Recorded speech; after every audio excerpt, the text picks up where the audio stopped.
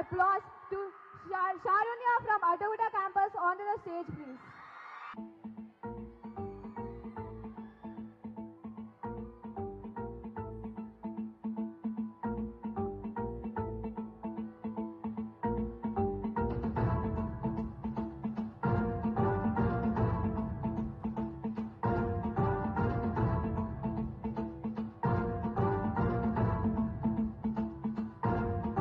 जटाटवीगलज्जल प्रवाह पावितस्थले कलेवलम्ब्यलम्बितां भुजङ्गतुङ्गमालिकान्तवड्डमड्डमड्डमन्निनादवड्डमर्वयं चकार चण्डताण्डवं तनोतु नः शिव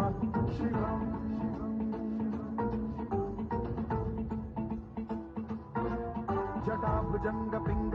जटाभुजङ्गपिङ्गलस्फुरत्फणामणिप्रभा कदम्ब कुङ्कुमद्रव प्रलिप्त दिग्वधूमुखे मदान्ध सिन्धुरस्फुरत्वगुत्तरीय मेधुरे मनो विनोदमद्भुतं बिभर्तु भूतभर्तरी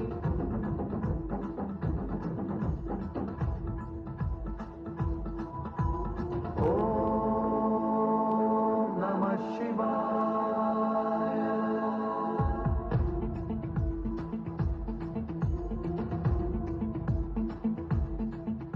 सदाशिवं भजाम्यहं सदाशिवं भजाम्यहम्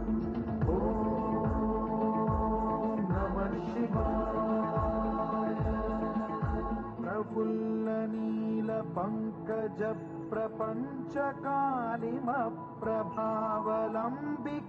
प्रफुल्लनीलपङ्कजप्रपञ्चकालिमप्रभावलम्बिकण्ठकन्दली रुचिप्रबद्धकन्धरं स्मरच्छिदं पुरच्छिदं भवच्छिदं मखच्छिदं गजच्छिदान्धकच्छिदं तमन्तकच्छिदं भजे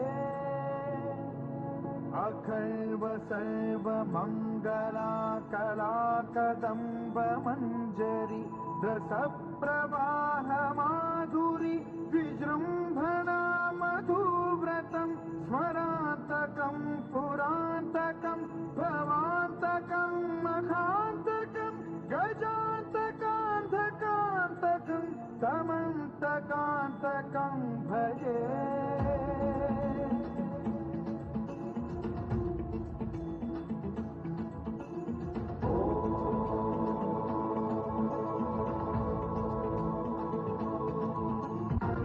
नित्यमेव मुक्तमुत्तमोत्तमोत्तमं पठन् स्मरन् ब्रुवन्नरो विशुद्धिमेति सन्ततं हरे गुरौ सुभक्तिमाशु याति नान्यथा गतिं विमोहनं हि देहिनां सुशङ्करस्य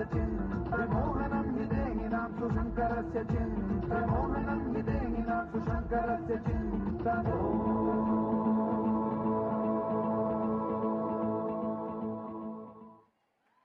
Fantastic dance by Sharunya. Thank you so much for reminding us all of our cultural values today.